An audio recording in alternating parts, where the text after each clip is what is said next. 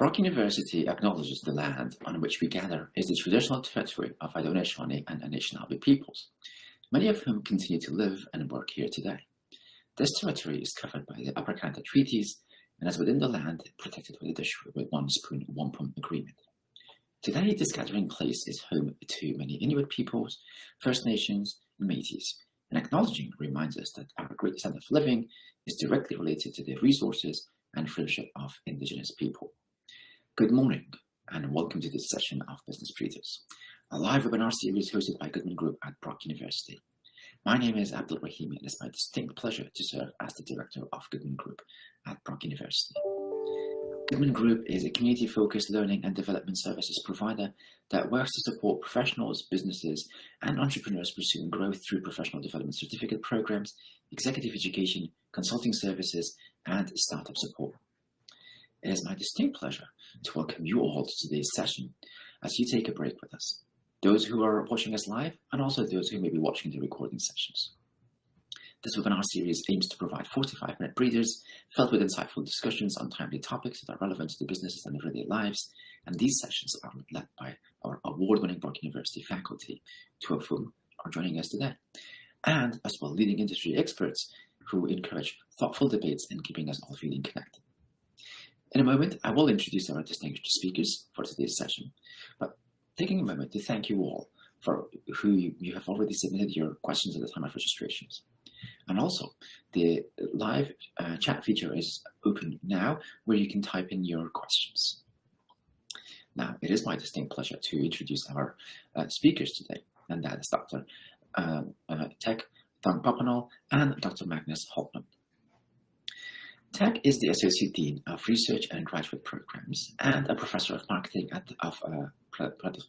Professor of Product Marketing and Product Innovation at Goodman School of Business. He received his PhD in Management and MBA in Technological Entrepreneurship from the Lally School of Management and Technology at Rensselaer Polytechnic Institute. He also holds a Bachelor of Science in Electronic and Electrical Engineering from the School of Engineering at the Rensselaer Polytechnic Institute. Dr. Magnus Hultman began teaching at Goodman School of Business in 2021 and is the current Brock IPBS Research Scholar. He holds a Bachelor of Science and Masters in International Business and Economics, in addition to PhD in Industrial Marketing from Luleå University of Technology in Sweden. Prior to his current position, Dr. Hultman worked as an Associate Professor of Marketing at University of Leeds, where he still holds an affiliation and is an affiliated Senior Visiting Research Fellow. Before this, Dr. Hultman worked as a lecturer at Luleå University of Technology and has also been involved in consultancy work for a number of local and international organizations on issues relating to marketing, research, and strategy. He worked in the financial industry as well. Dr. Hultman has significant teaching and supervision experience and has been invited to teach at several locations across the world and at various levels in undergraduate, postgraduate, PhD program, as well as executive education program. Dr. Hultman is a recipient of Teaching and Supervision Excellence Awards on many fronts. Welcome, Tech and Magnus. Great to have you with me today and with us. I'm going to dive right in this area because this is a fantastic area with lots to cover. So my first question, perhaps I'm going to start with yourself, Tech. In simplest terms, what is product innovation? Product innovation is one of the three categories of innovation that actually firm would have to engage in order to stay and remain competitive. And the focus of product innovation would be on how to innovate, how company can deliver product and services to their users and their customers. Wonderful. Perhaps, Magnus, you could elaborate here as well and tell our audience about some of the fundamentals of new product development and tech as well. Well, if you consider how the industry evolves and how businesses and what businesses need to do in order to stay competitive, it is becoming more and more an imperative to come up with innovative products on a regular basis, because otherwise you're going to fall behind competition.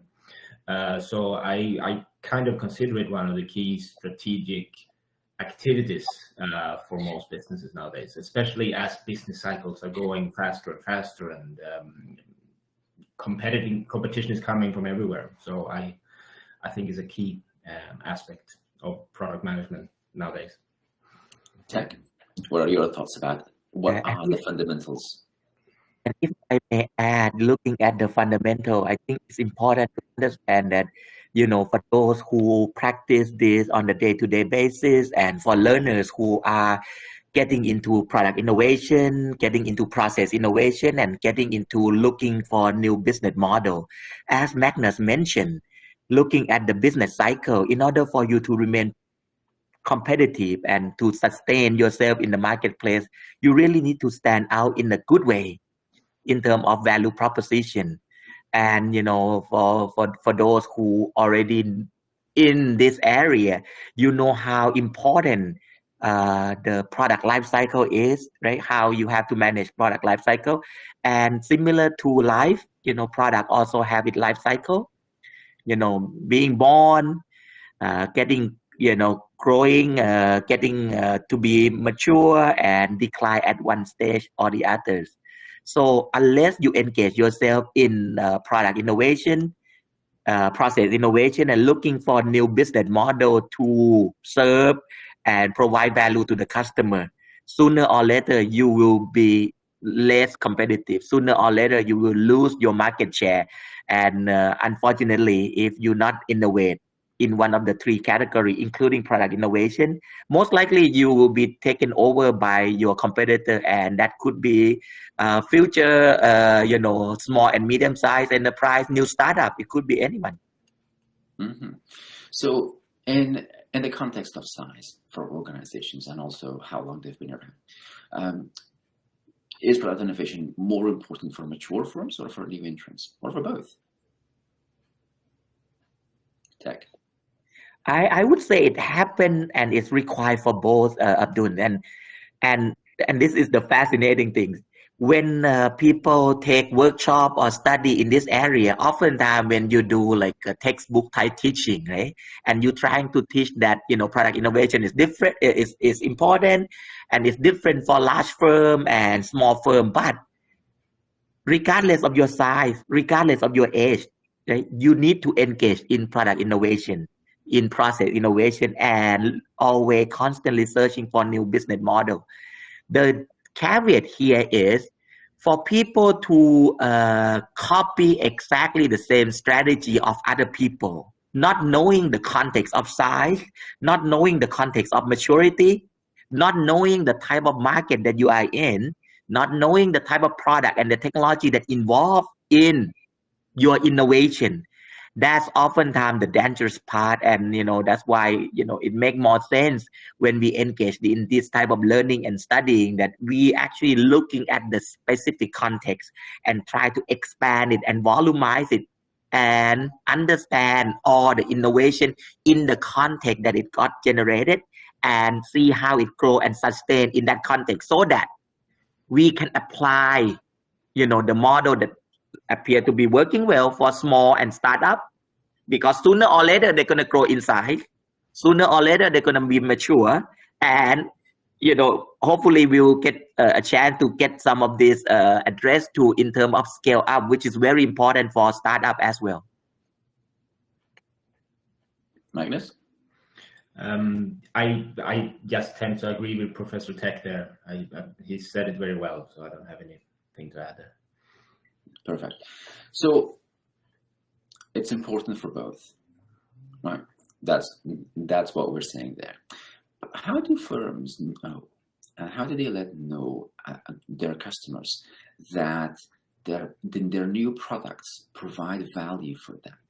How could the firms go about themselves knowing, but also letting their customers know? Magnus, please.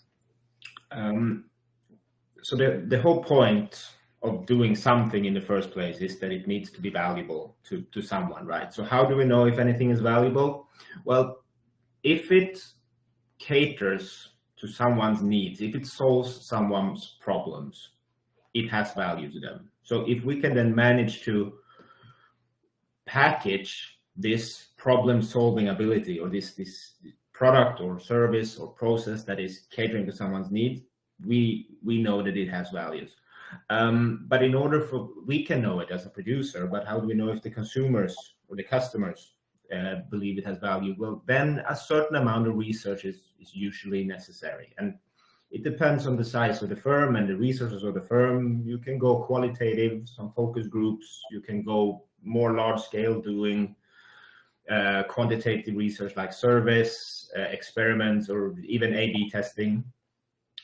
These are things that we can go into more in depth if necessary later on. But if we consider a company like Procter & Gamble, and they have come up with a new toothpaste, they're not going to launch this toothpaste until they know the exact size of the opportunity, so that they can forecast things like market share and sales before committing all these millions to put the new product out to the market.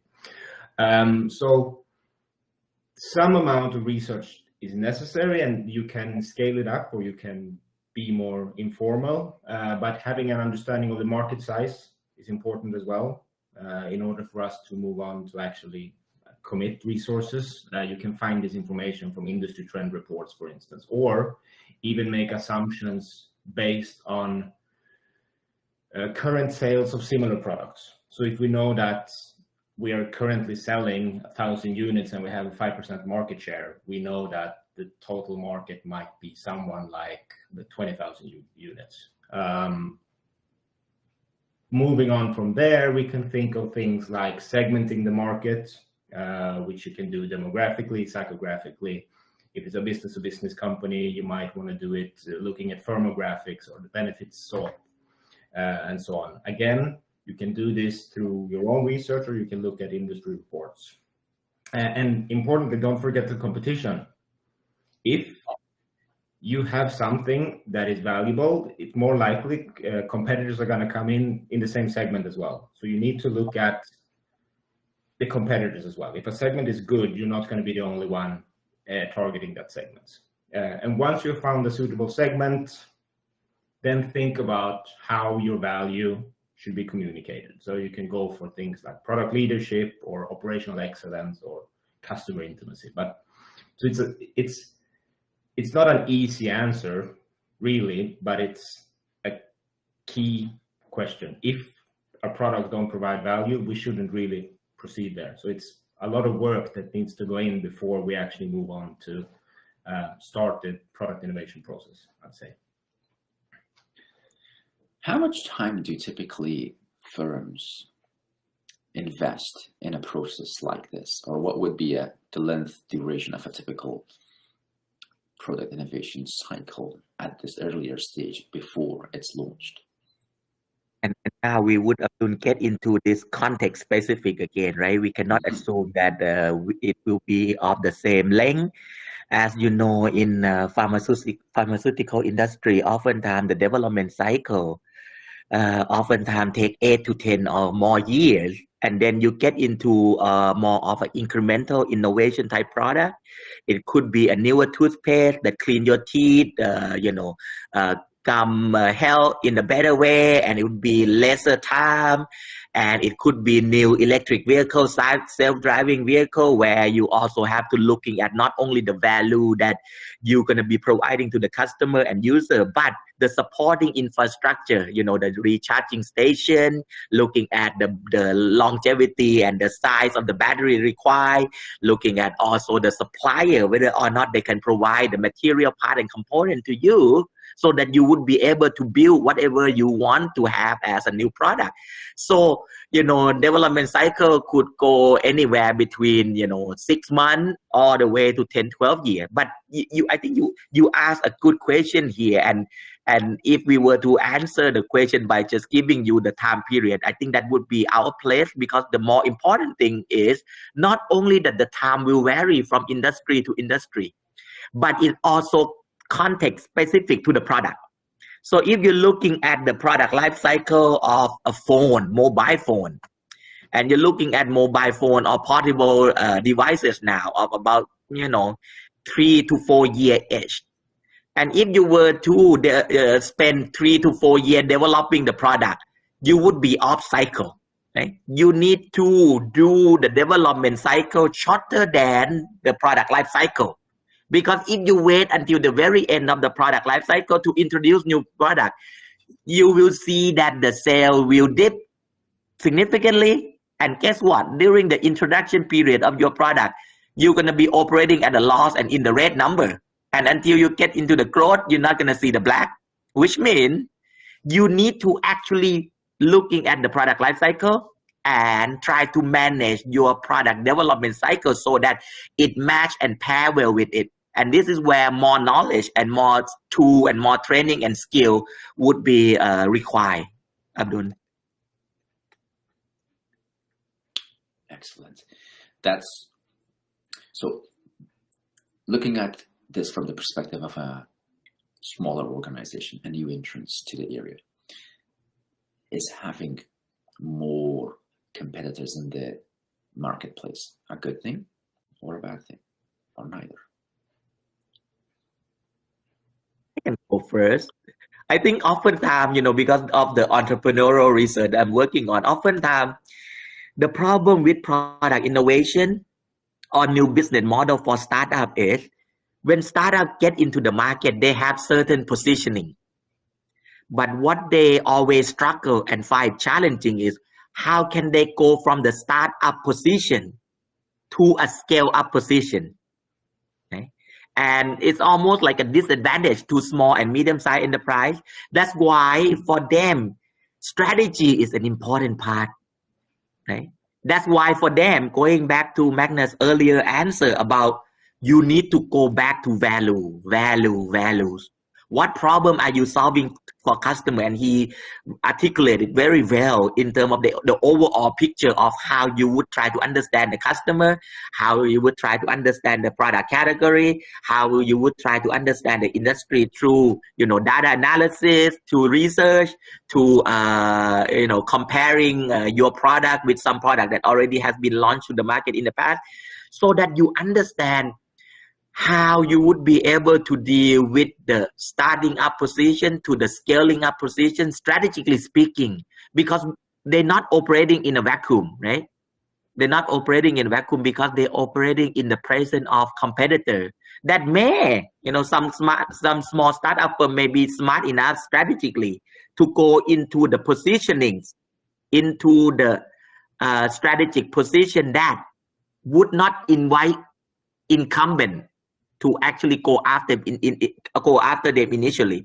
But sooner or later, when they see you are going through the introduction and the growth period successfully, and if they think that there's enough of the dollar in that market for them, they're going to come in. And are you going to be ready for them? So that's almost like a double-edged problem for you. On the one hand, you have difficulty transitioning from startup to scale up. And as you do that, you also have to deal with also incumbent firm try to now put more barrier for you to continue and go to the growth period successfully. So you touched on positioning there a couple of times. How should the organizations go about identifying the best positioning for their new products? Free to jump in as well. You know that I have been teaching this and doing workshop on this, Abdul. I mean, product positioning for startup have to be slightly different than product positioning by incumbent firm. And I always say that oftentimes, even, and Magnus know this, we in the marketing literature and, community, we know of the marketing myopic. And we know the concept for years, but we continuously see startup firm not looking at how they're going to position their product or their services in the market more suitably. And, when I teach the class or when I do the workshop, it's always come back to the TPM combination, right? What technology need to go into it? What market are you going after? And what product shape and form that you're going to develop and create for the customer and user? And one caution here, because oftentimes when people are talking about positioning is not static. as you grow to the different period of the product life cycle, you may have to significantly modify them. And as you're dealing with different population of adopter, you almost have no choice but to modify them. And that's, again, the strategic part that come in. Wonderful. Okay, so positioning, static, non-static. It moves, it's dynamic. But branding, is that more static, or is that something that also changes? And what considerations should there be when building a brand for a new product? And we'll start with Magnus on this one. Mm-hmm.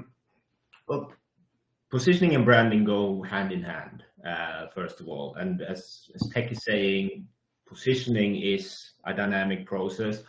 To some extent, branding as well. But one aspect of branding is that you want to have a clear message about what your product is about. But for new products, it is a special consideration you have to make compared to existing products, as you might understand, because in many cases it comes new to the market. So there are more aspects involved in maybe explaining the features and so on in part of the branding. But it all starts with analysis of the life. And in this case, I'm talking about the life cycle stage of the industry where you're that you're targeting, that you're entering. So is the industry in its introductory stage? Is it in the growth stage? Is it maturity? Or is it in the decline stage? So if the industry is in the introduction stage, you in your brand need to somehow communicate an educational aspect to the market. What does your product and your brand actually do? If the industry is more in the maturity or decline stage, theory and experience is telling us that it might be more sensible to possibly focus on the value of your new offering, how it adds value more than existing products. So you can kind of brand it against existing brands in a different way. Of course, as well, the brand needs to go in line with the value proposition. So do you have a high quality product or brand, or do you have a low price quality product or brand? And this is part of the work when doing positioning matrices and so on, similar to what Tech was talking about. And then you have to consider things like, what brand type are we working with here? Is it a product brand? Is it a family brand? So a family brand, just as an example, you can think of Gillette, the shaving company. They have Mach 3, they have Fusion, they have Pro Glide, but they're all under the Gillette headline. Or if you want it to be more independent, using specific product brands, like Procter & Gamble usually have this strategy where you have Tide, Fairy, and so on, but they don't really connect that strongly to the P&G. So that's one. And if it's a very new product, using a family brand might help you, but it might also go away from the novelty of the new product. And then we have things like brand architecture decisions, the position of the brand, the essence of the brand, the personality of the brand. Nowadays, brand personality research is telling us that brands will have personalities just like people. So do you want to be a happy brand? Do you want to be a serious brand? Do you want to be a rugged brand? Do you want to be an innovative brand? So think of that type of personality that you want as well. But hopefully these things will then generate brand equity, which is awareness and preference in the mind of the customer. And once you have managed this, it's a very, very powerful value-adding feature to your product. What do good new brands have in common then? Well, this is a $1 million question, obviously, because there are so many branding consultants out there that are gonna try to help you build your brand. But if you look at the overall top brands, they all have some sort of quality in the product offering. It doesn't have to be top quality as long as it's consistent. Think of McDonald's, which is one of the most valued, highest valued brand in the world. They don't have the best food in the world, do they? But the quality is consistent. That helps the McDonald's brand. Clear positioning, well thought through marketing communications, and having this long-term perspective. So to go back to your original question, brands are possibly slightly more static, but they need to keep up to date with the developments in the industry. Okay, so we've got the positioning, we've got the product, we've got the value, and we've got the personality around the brand as well, and the equity that comes with it. To make that, how do we go about communicating that? That our new product innovation is here, the brand, all of the elements that we just talked about. What are some of the best ways that firms can go about communicating that to their market segments? I can start here as well. So as I said, part of building a strong brand is to have a well thought through communication program. And any company have a certain communication mix. And as earlier, this is also very much dependent on the resources and the budgets that the companies have. You can go the traditional ways, using advertising, using direct marketing, using public relations, have a big personal sales force. If you're a smaller company though, you shouldn't forget the more recent developments in marketing communications. There are a lot of things you can do now with the web, social media, viral campaigns, depending on the type of product, of course. If it's a heavy business-to-business product, maybe you shouldn't use influencers on Instagram or beauty influencers, but there are ways that you can use social media because it has this advantage in the two-way communication, the fact that you actually have a interaction, a dialogue with your customers. So the key is to use an integrated type of campaign anyway, so that if you're using advertising, you have a similar message as in your direct marketing, as in your public relations, as in your website and your social media. So if you have that integrated communication, the messages are going to reinforce each other, and that's going to help your personal sales force, for instance. So think integrated and think in that the messages are going to reinforce each other instead of using them as isolated tools, so to speak.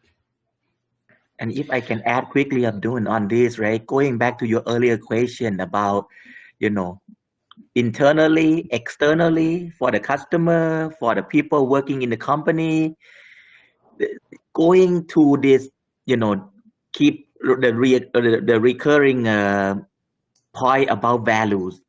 It's going to be the most easy, and it's going to be, how shall I put it? It's going to be easy for company to communicate about the value of their brand, the value of their new product. If they themselves have a clear understanding about what is so new about the product, what is so unique about the product, what is so relevant about the product. And of course, as Magnus mentioned, we throughout the process, even before we launch the product into the marketplace, we have to always check with the key customer, mainstream customer, lead user, and different group of population, whether or not the values that we are envisioning that would be good for them, are they really good for them, and would they be receptive for it? Imagining it this way, if you have a clear, distinct value that they truly appreciate, communication is going to be easy, adoption is going to be easy. So value is important, but then let's look at this from the perspective of dollars and cents and perhaps triple bottom line. What is triple bottom line in a fundamental way? Other terminology to throw in here is circular economy, sustainable economy. And then given those three things, the importance of triple bottom line in businesses and new products, how should product innovation pursue that meaningful connection between sustainable and circular economy and its and product innovation? I can take this one. As you know, when we're looking at the triple bottom line, the focus of firms, either small or large, is no longer just on financial outcome, right? We're looking at social and environmental impact. Right? But we get back again, when you try to position yourself and your new product in the marketplace, you can position yourself in isolation of others, or you can position yourself in connection or in conjunction with the competitors. And that come back again to the value. When we're looking at functional value or utilitarian value, when we're looking at hedonic value, when we're looking at social value, when we're looking at environmental value, when we're looking at symbolic value, all of this value dimension can be the tool that your company choose how you want to differentiate yourself. Right? Looking at firm that now engaging in circular economy, we now looking at even Coca-Cola and all the soft drink and water industry. They're now getting into plant-based bottles. They're looking at more bio-based plastic, right? And then of course it go down, right? When you're looking at circular economy, not only that they use plant-based, they also recycle the bioplastic, right, that they have, right? So it goes through the entire value chain. But at the beginning, let's just think about it this way. There are more and more customer and user that if you're looking at the simple value proposition, right? Functional is of course key, as Magnus mentioned. Performance is always, everybody count on that. When you're looking at the hedonic value or something that sort of make you happy when you use it, nostalgic, remind you of the good old days when you were a child with your family and your parents. But there also the aspect of, I'm buying this bottled waters, or I'm buying this Coca-Cola bottle rather than the typical pop bottle, because, the material that they use are greener, create less waste, and there's more recyclable happening with this material rather than the previous one. And now, I'm looking at it from, when we're looking at sustainability, circular economy, the reason that I want people to look at value, because now we have so many new trends. And all this trend provide opportunity for firm to engage and create value combination for their new product and new service. Right? Beyond Beef Burger or Beyond Meat Burgers, been in a business, for 5-6 years now, and now we're looking at more and more countries looking at plant-based meat. And it's a growing industry. And you say, oh yeah, plant-based meat is just for vegan and for people who are vegetarian and for people who only want to eat healthier, less fat consumption and whatnot, right? But it's not just that, right? Remember, plant-based meat also have a positive impact on society and on the environment, right? Because now you're not, going the traditional way of raising, cattle and every other traditional meat. And the traditional meat, as you know, create a lot of carbon footprint. So by us shifting away from the traditional meat to the plant-based meat, we actually able to help the environment and reduce all this carbon emission. So those are the value that could be could be somewhat attractive and impressive to your customer or your target user, but it also create value for the entire chain. Yeah. Wonderful. So trends, we're talking about trends here. Obviously, climate is a big piece that you touched on. Another trend, obviously, is the pandemic. How has the global pandemic affected product innovation? And tech, perhaps, on that one. I'm looking at the sharing economy. Right now, of course, the principle of sharing economy is you don't want to own anything. You don't want to possess anything. It's all about borrow and rent. And the business has been in existence for years. And even in your family, you always have hand-me-down clothing from your brother, older brother and sister. Right? You're looking at hotel industry. You're looking at rental apartment. Industry happened way back. But with the technology that allow us to enable all this sharing economy, it's a new way of doing things. And with COVID-19, as you mentioned, Abdul, guess what happened during COVID-19? And we just had that conversation at the beginning of this session privately, looking at now we're no longer in our office. But guess what is in our office? Computer that we bought and it's supposed to have about 4 or 5 year life cycle, and we have not been in the office for the last 2 years. So those are lost ownership. Can you imagine if we can do something and then do more of the cloud computing and crowd sourcing? Then we no longer have those fixed assets that sit idling somewhere and not being used and not being fully utilized, right? And it's partly going back again to the sustainability. So it's all full circle. Sharing, that's at least how I see sharing economy and also circular economy. They connected in a big way. And COVID-19 actually reveal more of what we need to do in this area so that we don't have to own things in order to get things done. After all, people are not trying to buy the best electric drill, right? We are trying to get the hole and not the drill, right? So, yeah. Excellent. So COVID and global pandemic, it changed perspective for many individuals from a risk perspective as well. And obviously with new products and new product development, there are risks associated with that.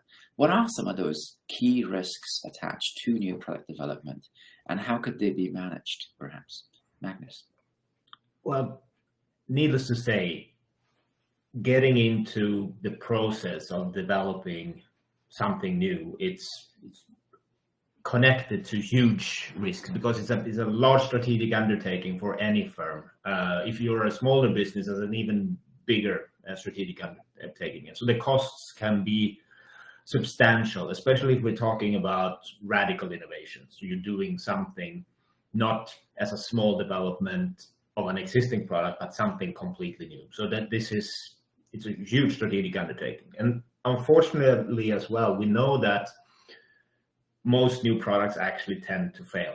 They don't really pass through the growth and the maturity stage of the product life cycle. They are introduced, and for some reason they're not going to work.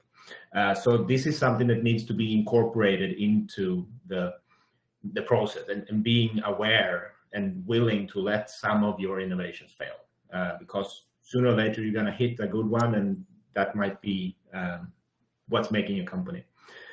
So there's both this monetary cost, and there's also, of course, an alternative cost that you're diverting time and effort from company staff that could have been working on regular operations and make money for your company.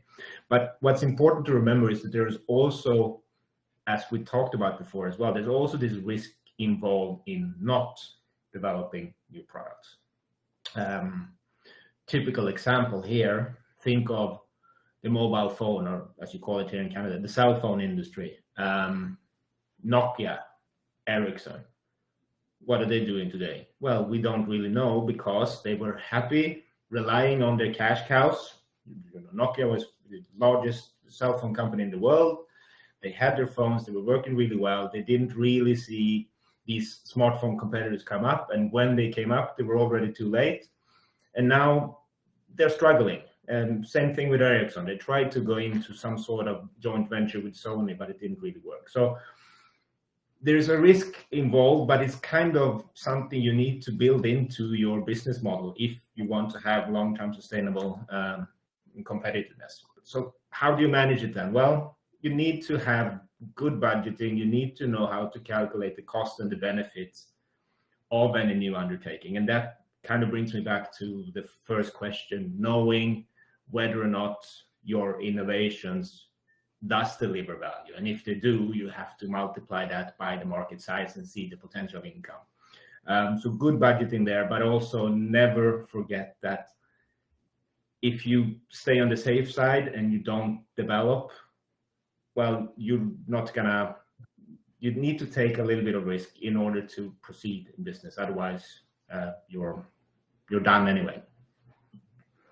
And if I may compliment, because Magnus did a great job at looking at risk from the company's perspective.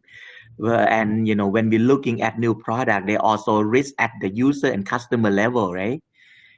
So Magnus mentioned that a lot of new product fail, which is true. And there's so many things, that we in the marketing discipline actually have been studying over the decade to try to understand how we can help firm reduce the perceived risk that the customer have. How can we make the switching from old product or from no product to a new product easier for the adopters? And just a practical example, looking at sharing economy, TaskRabbit, right? You want to hire a handyman to fix something in your house because you don't really want to watch YouTube video on how to do it yourself, and you don't have time to do it yourself. You're single parent, take care of the household, already busy enough for you. Guess what? A lot of people would be afraid to have someone come to their house, even though you already have a platform that bring somebody that have the skill to meet with somebody that need the skill, right? So in order for you to make the switching easier for the customer or reduce the perceived risk, TaskRabbit do interview of all these, people who sign up to be part of their platform, handyman, teacher, tutor, right? They also do background check.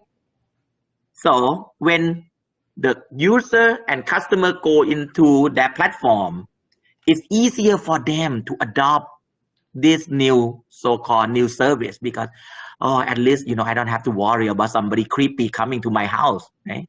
And know whatever my house look like, So that's the part that I also want to mention for people in attendance today, that, there are risks in doing product innovation for the firm, but we also have to look through the lenses of risk, that perceived risk by our user and customer. Perhaps time for one more question. And following in this path here, are there any safe ways of getting and gaining experience with new product development and recognizing the risks that are associated with failure of these new products? Well, obviously the best way to learn is to do, right? And the best lessons are the ones that your own mistakes. I don't think there are any surefire ways of really getting hands-on experience without doing it. But we at Rock and these programs that we're offering, we do offer simulation type exercises where I do believe we let seminar attendees, for instance, get into the role of a product developer of a self-driving car and making decisions there, and at least getting some feeling for how those decisions might play out in a real world scenario. So it's a kind of a safe stimulation, at least, although of course it's not the same as actually doing it, but it gives you the feeling of hands-on experience. Yeah. And if I can add, the notion of failure, I think is important, Abdul. I don't want people listening now to think that all the serial innovators are the one without failure. They have failure. It's just that you are, not familiar with the failure that they have until they do a special 60-minute interview and they start talking about, when they were starting up somewhere, after, 4-year university study, or sometimes they skip the university altogether, come out early after 2 years somewhere, and then they fail. The key part is this, though. You need to do a lot of this type of activity because it's learning by doing. And you need to accept the fact that failing is good, because failing means that you will learn by the failure and you will be better and you will improve your chance of success for future projects. And, looking at it from the venture capital type position, right? You only need one successful company. You invest in 9 or 10. All you need is one to go big, and it will recover all your mistake or your miss and the one that you didn't invest very well. And I would add that in the context of studying, in the context of learning, and in the context of being skilled in this area, what we are trying to at least communicate and teach to people is how can you learn from failure? How can you fail quickly? And how can you do everything so that if the failure were to happen to you, the failure would not be detrimental that will prevent you from ever come back again with another successful new product, right? So yeah, I just want to make sure that people listening in don't think that, you know, if I fail introducing new product, then that's bad. No, you know, if you're looking at serial innovator, they fail, but of course the one that able to get one big one and then maybe the second big one, that's already great, you know, when it comes to innovator. Some of my colleagues would say in this space, FAIL is just an acronym by way of first attempt in learning. So fail often, fail frequent, and then learn. Of course, they don't fail in the same areas, and then you build on. Excellent. Well, Tech Magnus, thank you so very much for your conversation in this area, for your insights, and for those who are watching this live or the recording. Know that we are offering a program in this area that goes into much more insight and depth and detail. So if you're interested in what you heard today and in this area, then I would highly encourage you to register for the program, which will also provide a certificate that's issued by the Goodman School of Business. And these certificates and programs are run and instructed by our very own award-winning faculty members, two of whom are here today, and includes a number of our other esteemed faculty. And that one of the key points, as Magnus alluded to this as well, is the hands-on piece, the safe environment, which you can go in and practice and fail in a safe environment of simulation, learning by doing. So if you like this, there is more to come on this in this area, and stay tuned from that perspective. Okay, with that said, I am going to switch to the next element, which is we do have a number of other programs coming through from the Goodman Group. And Goodman Group, as you know, is a community-focused learning and development services provider that does work to support professionals, businesses, and entrepreneurs who are pursuing growth through professional development certificate programs, executive education, consulting services, and startup support. And part of our program coming in the new year is a professional leadership development certificate that is going that starts in January and goes for approximately a month into February. And the details of this program that you can see are on the screen at this point. If there are any questions, that could be directed to the team at Goodman Group here, and the best email to get in touch through is prodev@brocu.ca. May I also make you aware of our project management program that's coming up later in the new year. So this is part of our project management series, with the introductory sessions taking place early in February and the intermediate sessions taking place early in March. And of course, you can register that through Goodman Group, and any questions can get to the professional development team here. Well, that is all that we have time here for today. My special thanks to our guests, Dr. Magnus Hultman and Dr. Tech Thongpapanl, for being here today, for sharing their insights in this specific area around new product innovation and new product introduction. Joining us for the next session in December are Drs. Ken Klassen and Amy Timeno from Goodman School of Business, who will be talking about project success through project management. Until then, stay safe.